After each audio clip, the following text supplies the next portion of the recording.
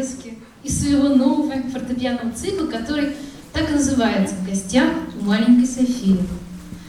Это вам мое музыкальное приношение, София Асгатовна.